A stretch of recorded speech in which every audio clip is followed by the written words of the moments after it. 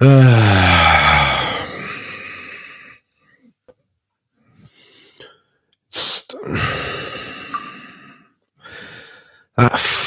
that song, that song.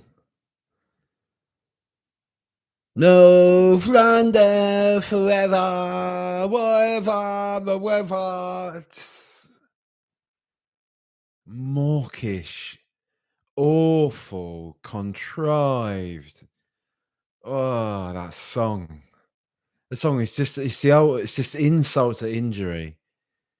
Again, seeing as lose again to them, to that lot. It's just that song playing out at the end. Can't stand it. Can't stand it. It's the worst thing in football. I've complained about our trumpet before. But that song, how can they surely they know. Surely that when they're singing it, surely they know this is awful. This is awful. They're just running with it because they're hoping that it can.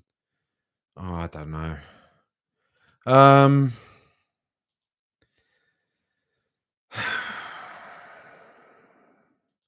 annoying game, that, isn't it? An annoying game. Quite a bad game. Quite a poor game. Neither side particularly great. Arsenal not particularly great whatsoever.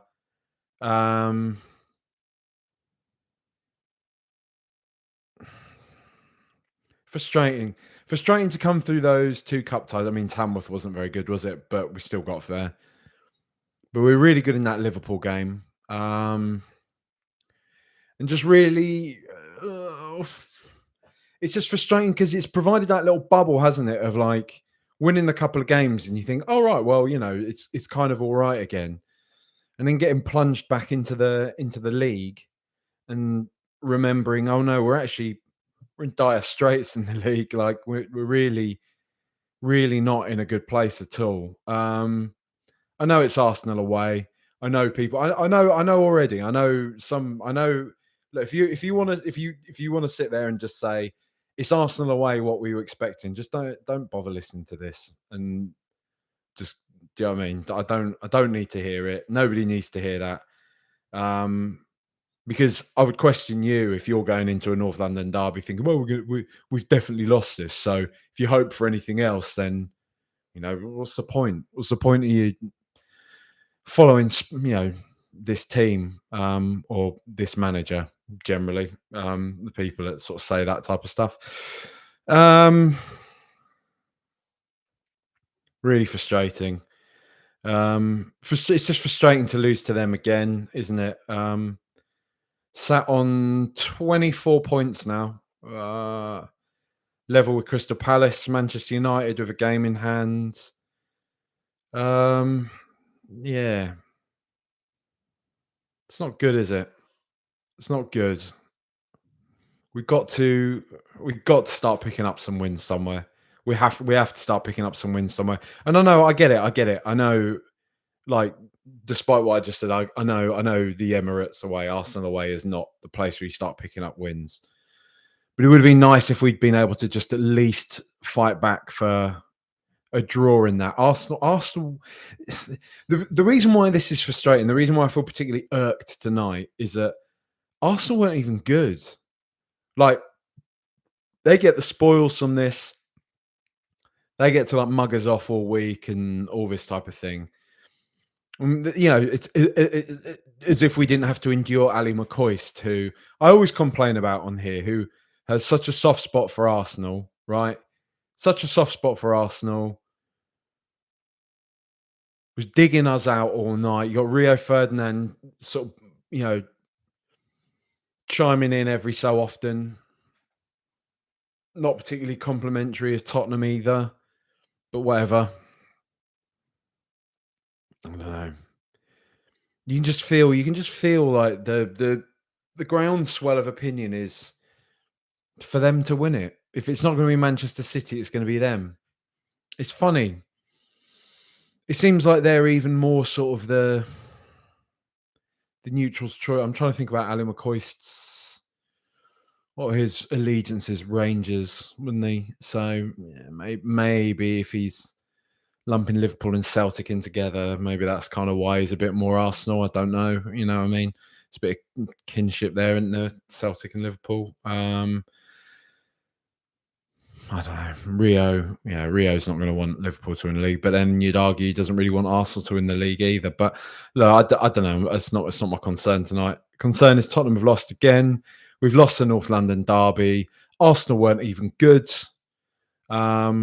Just there's just such a boring. There's such a boring side, and they've got such a like pompous, bizarre kind of self-inflated ego as to how brilliant they are. You know, this class or how class they are, the carpet, all that shit that they talk about. They just spam corners. That's all they were doing. All that first half, all they do is play for corners. Just play it into the. And to be fair, we fell for it. I'm not like whatever, right?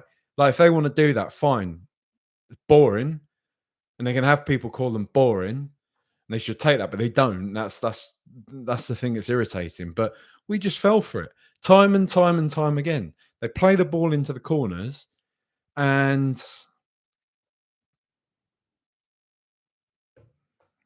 we just give it to them. I mean, corners of the pitch is my point, and then they just look for the deflections. That's all they do. They just play for corners. Just play for corners.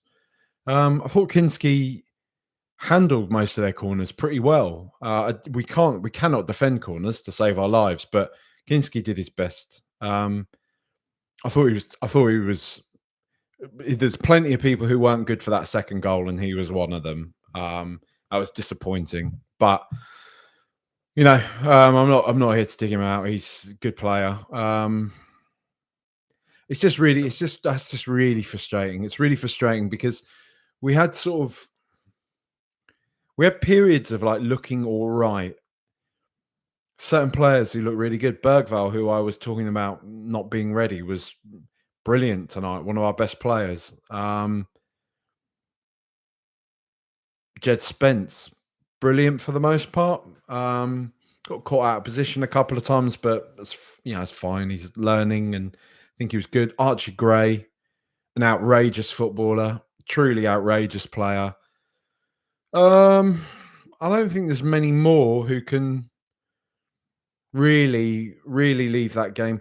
I don't think anybody was particularly abject, but I think a couple of players are really. I think Basuma was terrible. I think Sarr was not very good tonight. Dragassin's just weird. He was all right in the first half, but weird. Porro, you know, Kulusevski. I sort of saw a few people were digging him out. It's mainly, I guess, because I've backed him so much, and people that know that we're just like your boy Kulusevski's. Not. I thought he was all right. I thought Kulusevski was okay. I thought he was still kind of putting in a fighting, spirited performance, especially in the second half. There's no point. Like I say, playing him out on the wing for me is sticking a Michelin chef in a McDonald's. Dominic Solanke, he can be forgiven for being fatigued. He can be. He's worked his socks off, and it's not that he wasn't working his socks off tonight, but I thought he was actually quite poor tonight. I think there were a few times when his touch wasn't there. A few times when he, again, just as he has been known to do, as I've sort of said before, can dwell on the ball a little bit sometimes when sometimes it would be good just for him to get a shot off a bit quicker. Sonny, all right goal, you know what I mean? Took his opportunity well, but I don't know. It's just really frustrating that. It's just frustrating. It's frustrating because I don't think we were bad, but I don't think we did anything that well, and it just irritates me that we just show up here every single year and we just never seem to get a result. Why is it we can go to the Etihad and do this? Why is it we can even start going to Old Trafford and do it? We've even done it at Stamford Bridge a few times, couple of times really. Not, I mean, that's another cursed stadium for us, really. Stamford Bridge, Anfield, another one. And this lot, like they even when we've been better than them, they can still come and turn up at White Hart Lane. But there's something about us going there where we just never seem to do it. What was it? What was the stat that I got sent before this game? Bear with me 2 seconds. Um, 2 seconds. We have. Oh, it's been deleted, so I'm guessing it was wrong. Guessing the information was wrong.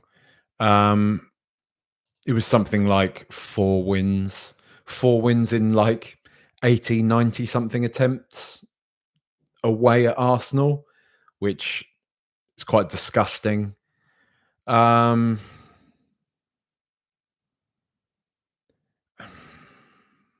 it's just annoying. It's just annoying, isn't it? Again, so I know I'm just sort of going quiet and then saying it's annoying, and I know you all know that it's annoying. But it is, isn't it? It's more just like I say, they weren't that good. They weren't that good. They haven't looked that good for the past few weeks. And I don't even think we made them look good tonight. Um, they managed to put on a lot of pressure. Gabriel, I've got to say, Gabriel was astonishingly good tonight. Nicked the ball out of Solanke's feet a couple of times, last ditch fashion. But Havertz anonymous, Sterling just what's it doing? Like what they doing? Play like awful. Declan Rice, yeah, good. Annoyingly, Thomas Partey, Odegaard. They were all going on at the end of the match. Oh, Odegaard's back to his bet. What? I don't know. I don't know what player you were watching. That Skelly looks all right. Annoyingly, for such a young player. Saliba, all right. Timber, all right. But I, I I don't look at any of their players other than Gabriel and think, wow, they were amazing tonight. They were really they. I was terrified every time got on the ball.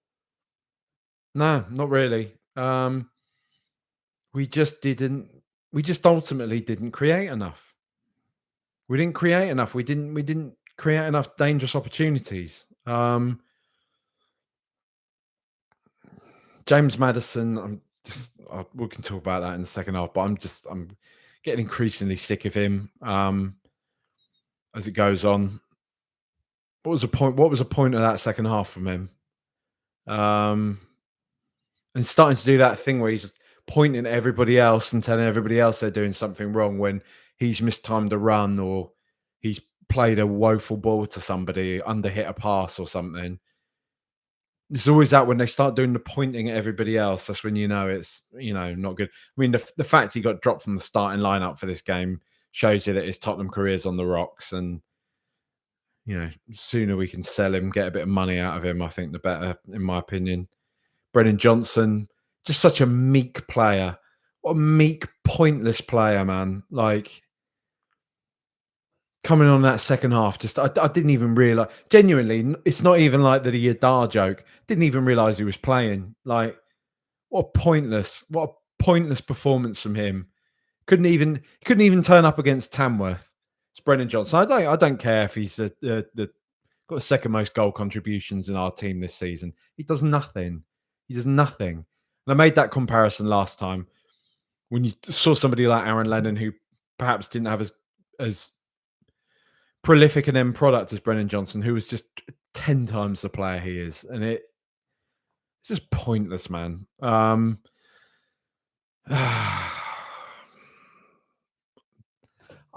don't know what to say. I don't know. I don't know what more to say about that one tonight. We've lost to Arsenal again. It's miserable. It's frustrating. We never seem to turn up there. Never have done. Probably never will do. I just don't get it. I don't get this. It's got to be a club problem. It has to be a club issue. Um, I've been I've, I've been listening to Hugo Lloris's autobiography. And one thing he spoke about, he was talking about when he first signed for Tottenham. He was excited. It was London. It was Tottenham, famous club. They seem to have like aspirations of moving up and everything when he spoke to Kamoli and Levy and everything. And then obviously there was all that stuff at the beginning with Brad Friedel and all that, where basically Andre Villas-Boas didn't want to play Hugo Lloris because he was happy with Brad Friedel, and obviously Lloris was annoyed about that and everything. But he was starting to talk about when he was getting more opportunities and just the type of games in which Tottenham would lose, the way in which they will. And he said at the end of his was it second or third season? It might have been the end of his second or third season, just before Pochettino came in. It was, obviously when we had Sherwood and everything like that, and he said he wanted to leave. He said he wanted to leave, and he just said the thing about Tottenham was that they had there was nobody there that called the shots in a sporting sense. There was nobody there that had a clear idea about the way in which the sport should be approached.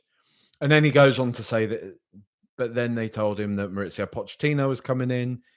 I think before Pochettino was gaffer, they had a phone conversation. Lloris was speaking to Pochettino, and he was like, finally, there's somebody coming to this club that has an idea, understands what the sport should be about. And you can't help but wonder, you can't help but wonder if that's something that's ever been fixed at the club. Because as soon as Pochettino went, the club fell off a cliff. And, there's plenty of other things Hugo Lloris has said now. I haven't gotten to those points, but we all remember the publicised quotes from him. But my roundabout point with this is, you look at a club like Arsenal, and for everything you want to say about them, the scum and all this, I get it, right? Reprehensible club in many respects and everything, right? I get all that. But one thing you always have to give them is they are geared for sporting success. They try their best in a commercial sense and everything, and I think they do pretty well just by sheer virtue of the fact they're a big London club with some history and everything like that. But they don't make it their whole personality to be good at business. We won the business like Tottenham do, right? Arsenal's main focus is always about winning. Arsenal's main focus is to win the Premier League. We took the piss out of Arteta. We took the piss out of Arteta. We took the piss out of Arsenal. Say it's tin pot when I remember, whatever it was it All or Nothing or one of the things, some documentary, and he was showing you that they had holes in the wall shaped like, Champions League trophy, shaped like the Premier League trophy, all these different things. He was saying, like, when we win it, we'll put it there. We'll put the trophy there. Tin pot, deluded. Look at them, tin pot. There's none of that from Tottenham ever. None of that type of thing from Tottenham ever. There's never a focus on us succeeding, and a trickle in a sporting sense. It's always a happy byproduct. As long as the business is doing well, as long as we're building in Daniel Levy's sacred sustainability model of buying young players that have sell-on value and all that type of stuff, right? As long as we're doing that, if success is a happy byproduct of that, then great. But are the noises that ever come out of this club? We want to win, even when we were quality, even when we were a whisker from being the best side in Europe, i.e., winning the Champions League. Got to a Champions League final, even when we were one of the best teams in the Premier League. The noise that kept coming out of the club constantly was always, it's going to be tough for us to compete. We're building a stadium. We're coming up against teams with, far greater resources than us. That's what our chairman's always coming out and saying. It's never, we want to win. We are going to win. We took the piss out of Staveley when she was in charge of Newcastle for saying Newcastle in the next decade are going to win the Champions League. I wouldn't mind hearing that from people that run our club every now and again. Because what you do get is we can ask ourselves all the time, why is it we always lose at the Emirates? Why is it that we always lose to Arsenal? Why is it even when we're a better team than Arsenal, do they always seem so much more up for these games than us? Because they actually want to win. They actually want to win, and it's drummed into them in that club. As soon as they walk through the doors there, you're going to come here and try and win something. You're going to come here and try and win the league. What was it? What was it? Mr. Dembele said that Les, and I know Les Ferdinand isn't exactly like, one of the sort of the leading authorities at Tottenham Hotspur anymore, but he was. And what was it? What was it? Les Ferdinand said to Mr. Dembele, "Keep playing well, and you'll earn yourself that move to Manchester United." Like it's just, and it's just so perfectly encapsulating of like of what we are and probably where we still are. And we can hire a load of pen pushers like Munn and Langer and whoever else, right? That's all that they are, isn't it? Just pen pushing dweebs that shop around and look for a deal that Daniel Levy will approve or not approve. Having to beg him to sign Dominic Solanke. Do you know what I mean? Like he brings in what is it? All the football men, all the nonsense that Cullen releases to the press. Daniel stepping aside, Daniel stepping back. We've got football men in charge now. And then what is it we hear leaked? Yeah, he had to be begged by Ange, by Langer, by Munn to sign Dominic Solanke because he didn't see that he was worth it. Like it's just ridiculous, man. It's preposterous the way this club's run. And I get it, right? I know it's frustrating. We've lost this game. I don't blame Ange. I'm not here digging out Ange Postecoglou. The players were, they were what they were. There wasn't an awful lot of fight there. Really, if I'm being brutally honest, they weren't up in Arsenal's faces. It's weird games. It's a Wednesday night. They're probably all knackered. We've had loads of injuries. Loads of these lot have been playing way more minutes than they probably should have done. But still, a game like tonight, you hope there's a bit more spice in it. You hope it's a bit different. It's just flat. It's just flat. And it just feels that way, doesn't it? Feels that way around the club. The thing that you sort of in an almost like perverse way is that with us being this bad, with our league position being this precarious, with us hovering in the sort of zone that we are, you got to hope that makes even somebody like Daniel Levy think, "Am I doing this the right way? Like, am I actually like, have I fucked this? Like." Because something's got to change, surely. Something's got we can't be sat in this position in the league. Like, and you can't be sat in this position in the league and still be paying most expensive ticket prices in Europe. We can't be sat in this position in the league and be told that no, we have to build sustainably and all this sort of stuff. When a team like Nottingham Forest, all due respect, yes, Forest fans, I know you've won the league more recently than Tottenham. Yes, I know you've won European Cups back to back in the 70s, blah, blah, blah, blah. I know all this stuff, right? But still, for the past 20 years, you've been nothing. And the fact that a team like Nottingham Forest have come up, spent 200 plus million, and are sat where they are in the league now, Spurs have spent money. We have spent money. We've spent money, but it's the way we spend money. It is. And if you're not being disingenuous about this, you know that's the case. It's never the first option. It's never the option that the manager wants. Can we get it? Can we get someone cheaper? Can we get someone of us? That's probably why he's got those football men in. Football men that can identify. Well, if the manager wants this player, can you identify a player using your data who's of a similar profile that will be cheaper?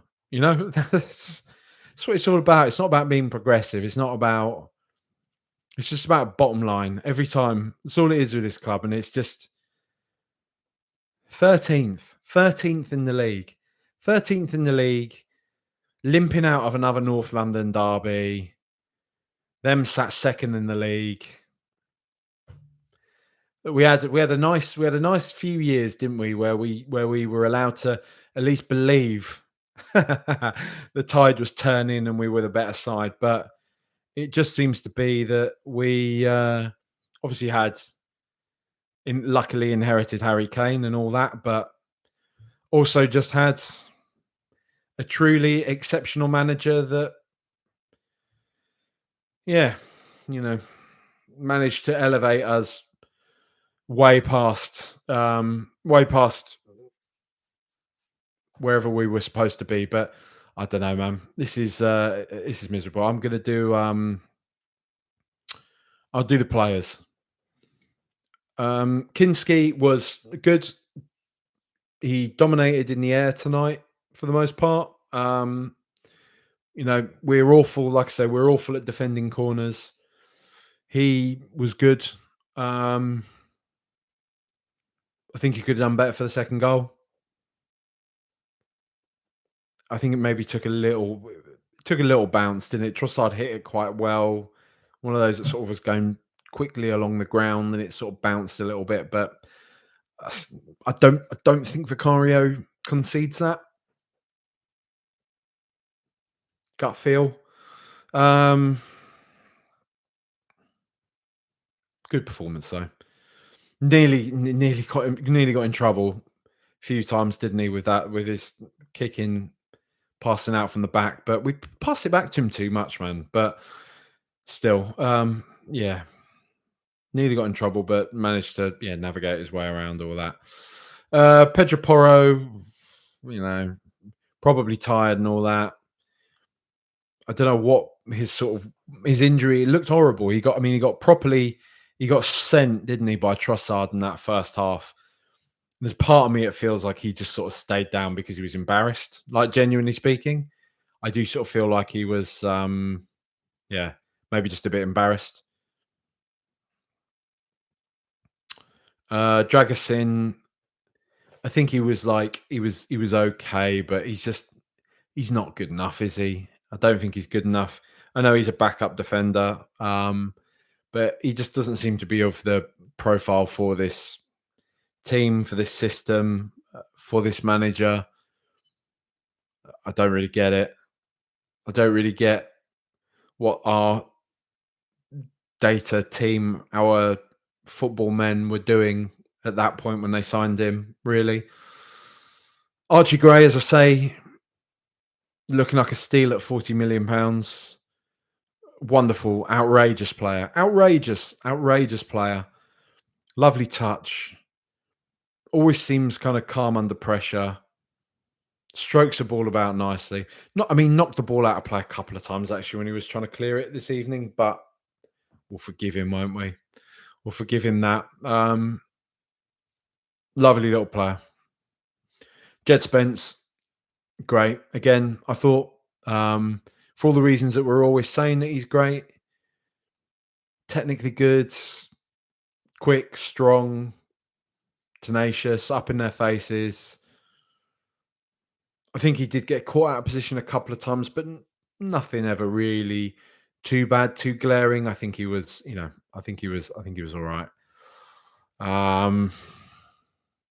Pape Matasar, yeah, I don't know. He's not been good lately, has he? My boy. I do love him. He's not been very good for a while. I'm going to be kind to him and just say I think he's tired. Yves Basuma decided to be frustrating. Yves Basuma tonight. Just an awful performance, non-existent performance, really. Pretty much completely at fault for the second goal. Just robbed far too easily in the centre of the park. Games like tonight where you need him to show up in it. He was exceptional against Liverpool. I have to say that. But bridge too far for him tonight. Just not good. Not good at all. Lucas Bergvall, fantastic. Didn't stop running. Didn't stop running at all game. Even at the end of the game, was box to box. Was putting in a shift defensively. Was really growing in confidence. He's really grown in confidence the past few weeks, hasn't he? Was playing the ball about nicely, trying to make stuff happen, but he just had nobody around him that was really able to sort of pick up on what he was doing. Decky was working hard, was playing. I'm not fully on board with what a lot of people have been saying tonight, that he was particularly like bad, that he was terrible. I don't think he was. Not quite as good as as his own high bar, but he still worked hard. He was still sort of putting in a shift all game long. Fine. There's plenty of players we can dig out before Dejan Kulusevski. Son Heung-min, good goal. Massive deflection, but still got into the right position. I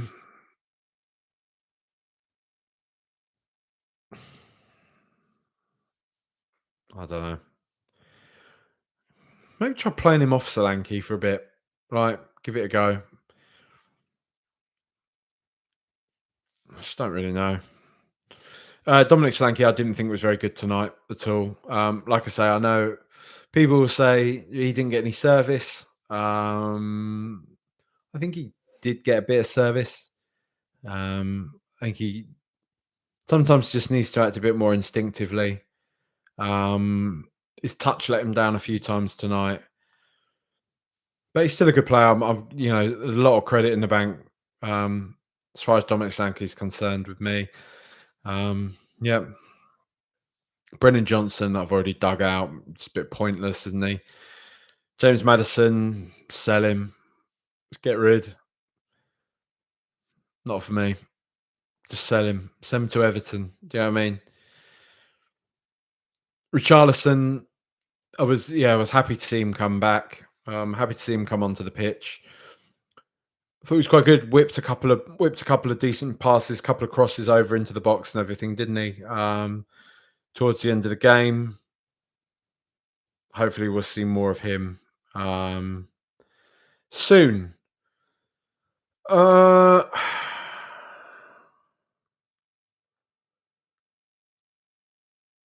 Is there an awful lot more to say about that tonight? I don't really think there is. I'll do a pod, in the next couple of days. Maybe tomorrow or day after. Maybe give that a bit more time to digest. Think about it. It's just miserable. It's miserable, isn't it? Like losing a North London derby, having it always sort of rubbed in our faces that even when they're not, because I can sit here and say Arsenal weren't very good, and it's frustrating, but it's the fact that they can still beat us when they're not very good. It's quite damning, because I don't think they were very good. But we weren't either. So yeah, frustrating, man. Not an awful lot more to say. If you have enjoyed the pods, drop us a like. Quite a few people watching it now on YouTube. A few more likes wouldn't go amiss. Thank you very much. It'd be much appreciated. Like, subscribe, turn on the notifications, all that. Same if you're listening to this as a podcast. Please do leave a rating. Please leave a review. We've also got a Patreon, patreon.com/RTRpod. A lot more pods on there. Going to start putting a lot more video stuff on there. You can join for 7 days for free. Have a look, see what you think of it. If it's not for you. But if you don't want to do that, like I say, please, you just leave a rating, leave a review. Goes a long way. It's very much appreciated. Yeah, an annoying evening for Tottenham at the Emirates. Surprise, surprise. Oh well, come on, you Spurs.